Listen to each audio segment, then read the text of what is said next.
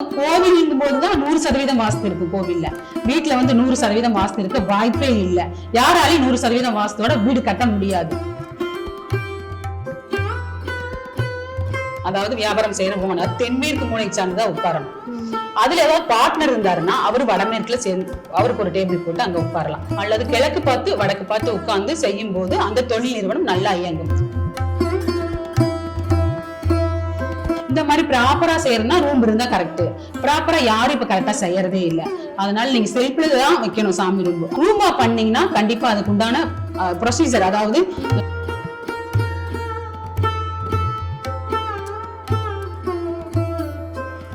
கண்டிப்பா கழிவறை வந்து மிச்சம் இருக்கிற இடத்துல கட்டவே கூடாது. நிறைய பேர் மாடிப்படிக்கடியே கீழே கட்டுறாங்க. அது முற்றிலும் தவறு, 100% தவறு. அது கட்டவே கூடாது. அந்த மாதிரி கட்டி அவங்க அந்த இடத்துல டாய்லெட் போயிட்டு வரும்போது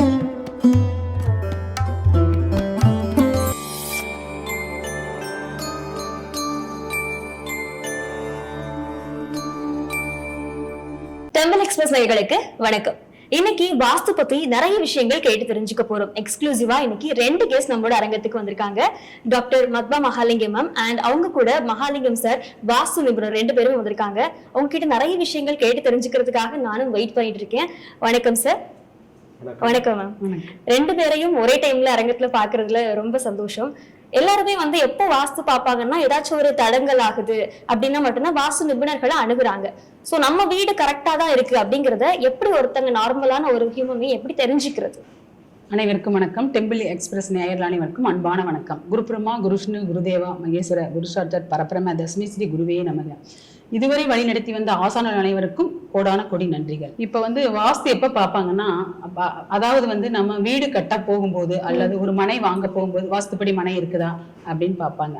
அந்த சமயத்துலதான் வாஸ்துங்கிறதே நம்ம வந்து பார்ப்போம். அதுக்கு முன்னாடியும் பின்னாடியும் பார்க்க மாட்டோம். இப்ப நம்மளே பார்க்கலினாலும் நம்ம உறவினர்கள், நம்மளுடைய ஃப்ரெண்ட்ஸ் என்னம்பாங்க, வாஸ்து பார்த்து அந்த இடத்த வாங்கினியா அப்படின்னு தான் கேட்பாங்க.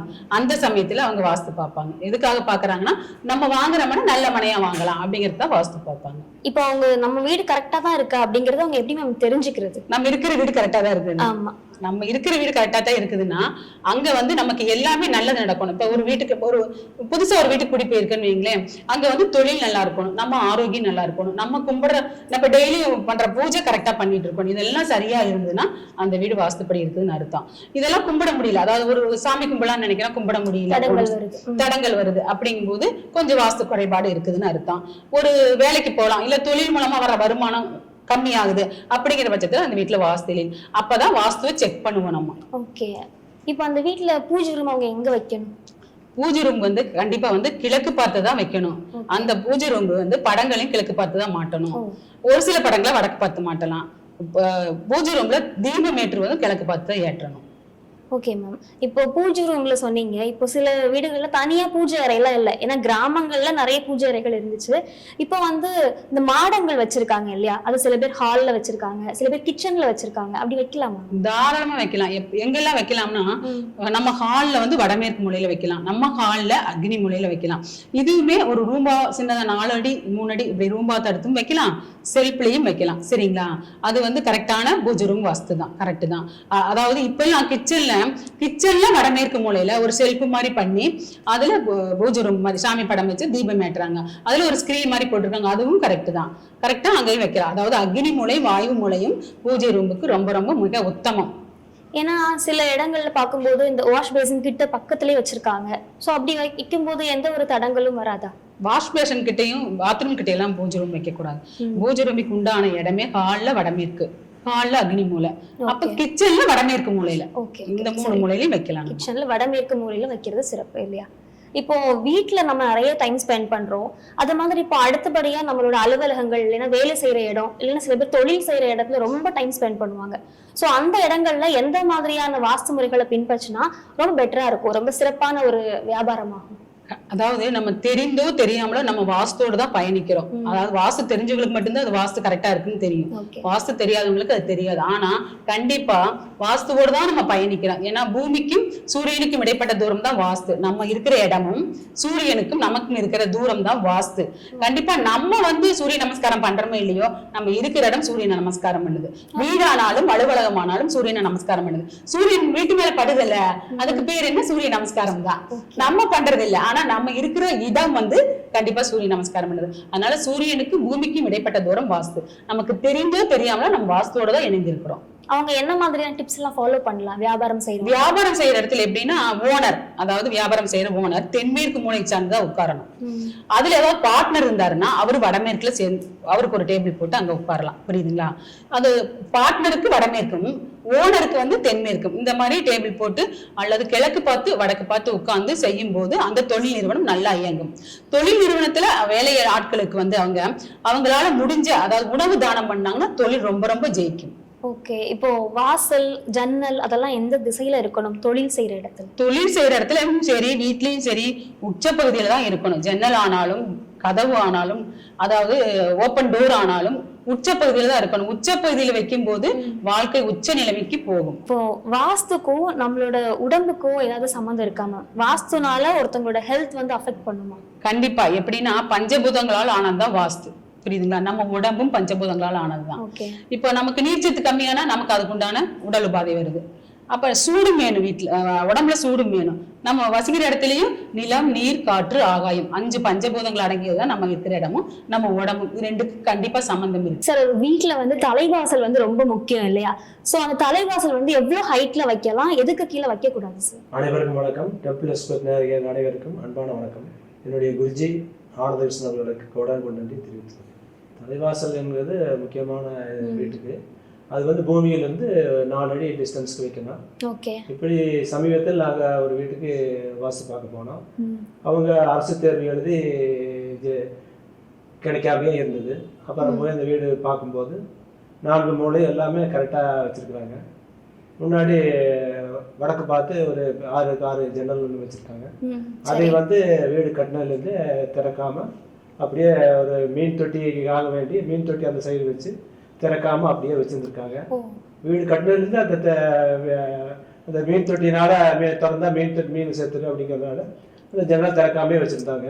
அப்புறம் நாங்கள் போய் பார்த்துட்டு வீடு எல்லாமே வாஸ்துப்புறம் இருக்குது, அப்போ நீங்கள் மீன் தொட்டி எடுத்துகிட்டு இந்த ஜன்னல் திறந்து வைங்க, உங்களுக்கு அரசு தேர்வு எழுதிக்கு கிடைக்க வாய்ப்பு இருக்குது. அதனால் ஒரு சில பரிகாரங்கள் சொன்னாங்க. அதை செஞ்சதுக்கப்புறம் அவங்க அரசு தேர்வு எழுதி கிடைச்சிருச்சு. அதை வந்து எங்களுக்கு கூப்பிட்டு சொன்னா எங்களுக்கு ரொம்ப சந்தோஷமா இருக்கு. ஓகே, வாஸ்துப்படி ஜன்னல் பார்த்து வச்சா திறந்து வைக்கணுங்கிறத சொல்றது வேண்டியதே இருக்கு. ஓகே சார், எத்தனை வருஷமா நீங்க இந்த ஃபீல்ட்ல இருக்கீங்க சார்? 25 வருஷமா இந்த ஃபீல்ட்ல இருக்கேன். 25 வருஷமா. Okay sir. மேம், உங்ககிட்ட ஒரு கேள்வி கேட்கணும்னு ஆசைப்படுறேன். இப்போ நிறைய பேர் வந்துட்டு இங்க டவுன்ல இருக்கிறதுனால வாடகை வீட்டுல நிறைய பேர் இருக்க வேண்டிய சூழ்நிலை இருக்காங்க. ஸோ ஒரு வீட்டுல அமைப்பு வேற மாதிரி இருக்கும், பூஜை அறை பெருசா இருக்கும் சின்னதா இருக்கும். ஸோ அங்க வந்து சாமி படங்களை ஒரு ஆர்டர்ல அடுக்கி வச்சிருப்பாங்க. அதே ஆர்டர்ல தான் இனி போற வீட்லயும் வைக்கணுமா இல்ல மாத்தி கூட வச்சுக்கலாம்? இல்ல, பொதுவாவே வந்து வீடுனா வந்து பூஜை ரூம் வந்து ரூம்பாவே வைக்க கூடாது. அது வந்து மெயின் கான்செப்ட் வாஸ்துப்படி. அது ஒரு செல்பாவோ அல்லது ஒரு சின்ன ரூம்பா வைக்காம ஒரு சின்ன இடமா வைக்கணும். ரூம்பா வச்சா அது கோவில். புரியுதுங்களா? அதை கரெக்டா ப்ராப்பரா செய்யணும். அங்க வந்து நெய்வேத்தியம் வைக்கணும். ஃபர்ஸ்ட் ரூம் பண்ணிட்டீங்கன்னா அது சாமி ரூம்பு. அந்த ரூமுக்கு கண்டிப்பா நெய்வேத்தியம் வைக்கணும். அப்புறம் சிலைகள் வைப்பாங்க ஒவ்வொருத்தர். இந்த அளவுக்கு மேல சிலைகள் வைக்க கூடாது. விரல் அளவுக்கு தான் சிலைகள் வைக்கணும். விரல் அளவுக்கு மேல சிலைகளும் வைக்க கூடாது. இந்த மாதிரி ப்ராப்பரா செய்யறதுனா ரூம் இருந்தா கரெக்ட். ப்ராப்பரா யாரும் இப்ப கரெக்டா செய்யறதே இல்லை. அதனால நீங்க செல்ஃப்ல தான் வைக்கணும் சாமி ரூம்பு. அதாவது சாமி ரூம்பு செல்ஃப்ல தான் படங்களை வச்சு தீபம் ஏற்றணும். அதுதான் கரெக்ட், வாஸ்துப்படி கரெக்ட்.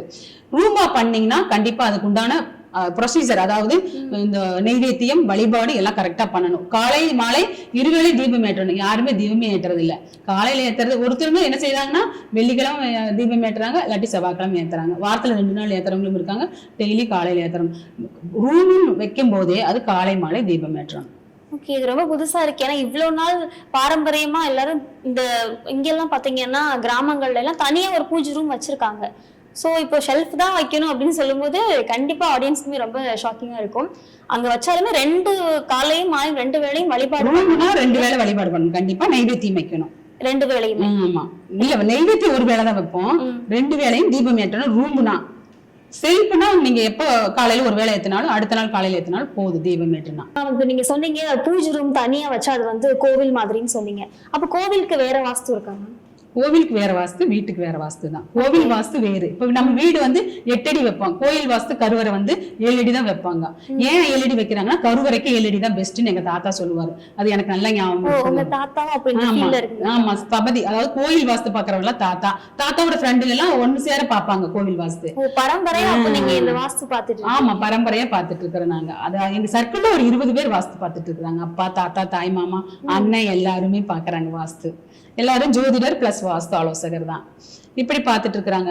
அப்ப அந்த கோயில் வாஸ்துங்கிறது பரமசாயிக வாஸ்து, வீட்டு வாஸ்துங்கிறது மண்டூக வாஸ்து. வாஸ்து வெவ்வேறு வேற மாதிரி தான் இருக்கும். அந்த மாதிரி அப்போ கோவிலுங்கும் போதுதான் 100% வாஸ்து இருக்கு கோவில்ல. வீட்டுல வந்து 100% வாஸ்து இருக்க வாய்ப்பே இல்லை. யாராலையும் 100% வாஸ்துவோட வீடு கட்ட முடியாது. ஓகே, அப்படி கட்டுனா அது வந்து கோவில். ஆமா, கோவில். கோவில்ல எப்படி இருக்கும்? கோவில் அமைதியா இருக்கும். வீடு அப்படி இருக்காதுல, கலகலன்னு தானே இருக்கும். இப்ப அதே பாசிட்டிவ் வைப் தேவைங்கிறதுக்காக அந்த மாதிரி அமைப்புகளை கூட கட்டலாம் இல்லையா? கோயில் அமைப்பு வேறு, வீடு அமைப்பு வேறு. ஓகே, 100% வாஸ்துப்படி வீடு கட்டவே முடியாது, யாராலையும் முடியாது. நான் சேலஞ்ச் பண்ணுவேன். மேம், நீங்க சொன்னீங்க இப்போ கோவில் வேற, கண்டிப்பா வீடு வேறதான். 100% யாருமே வந்து வாஸ்துப்படி வீடு கட்ட முடியாதுன்னு. இன்னும் நம்மளோட நேயர்கள்லாம் கேட்கிற ஒரு ரொம்ப நிறைய கொஸ்டின் இது வந்திருக்கு. ஒரு வீட்டுல வந்து கழிவறை எங்க இருக்கணும்? ஏன்னா நிறைய பேர் வந்து மிச்சம் இருக்க இடத்துல டாய்லெட் கட்டி விட்டுறாங்க. சோ அது சரியா தவறா மேம்? கண்டிப்பா கழிவறை வந்து மிச்சம் இருக்கிற இடத்துல கட்டவே கூடாது. நிறைய பேர் மாடிப்படிக்கறியை கீழே கட்டுறாங்க. அது முற்றிலும் தவறு, 100% தவறு. அது கட்டவே கூடாது. அந்த மாதிரி கட்டி அவங்க அந்த இடத்துல டாய்லெட் போயிட்டு வரும்போது அவங்களுக்கு கண்டிப்பா வயிறு சம்பந்தமான உபாதைகள் வந்தே தீரும். புரியுதுங்களா? நீங்க வந்து எப்பெல்லாம் நீங்க அந்த எந்த இடம் மிச்சமா இருக்குது அப்பெல்லாம் கட்டுறீங்களோ உங்களுக்கு உண்டான ஆரோக்கியத்தை குறைபாடை எடுத்துக்கும் போது அந்த இடத்த கட்ட போகுது. புரியுதா? அந்த இடத்துல நீங்க லெட்டின் கட்டுறீங்க.